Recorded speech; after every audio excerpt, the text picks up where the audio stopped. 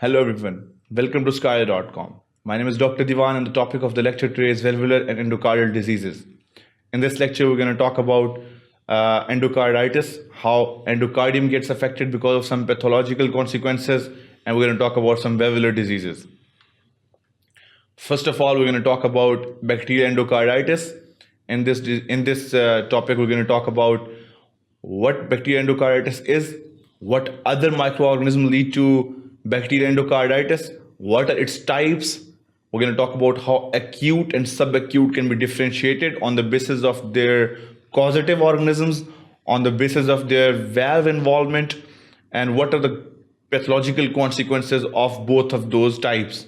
Then we're going to talk about what are the predisposing factors, what are the etiological factors, and what are the clinical features with which a patient will be presenting to you with the patient who has bacterial endocarditis.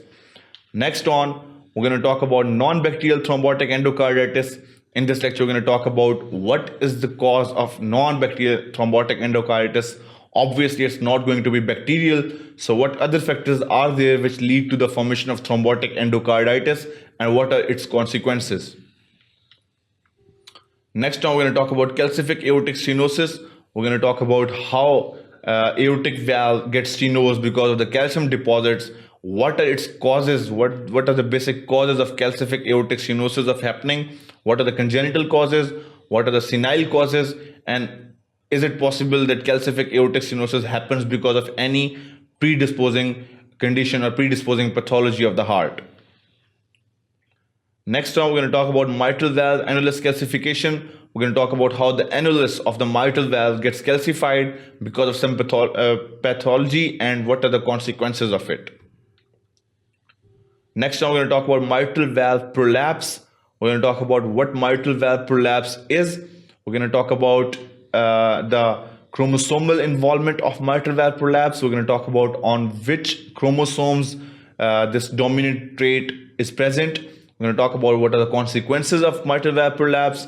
We're going to talk about how it involves the myxomatous connective tissue. And we're going to talk about what are the etiological factors. And then we're going to talk about what are the consequences of mitral valve prolapse. Next time, we're going to talk about papillary muscle dysfunction. We're going to talk about what is the basic reason of papillary muscle dysfunction. We're going to talk about how stunning at one hand leads to the development of papillary muscle dysfunction. What is the basic pathological consequence of papillary muscle dysfunction? Next on, we have carcinoid heart disease. In this carcinoid heart disease is caused by which carcinoid structures or which carcinoid consequences. We're going to talk about what part of the heart gets affected in carcinoid heart disease, what chambers get affected in carcinoid heart disease and why. And then we're going to talk about what are the pathological consequences of carcinoid heart disease. So to watch this lecture completely or to watch the variety of lectures, please subscribe to sqadia.com. Thank you for watching.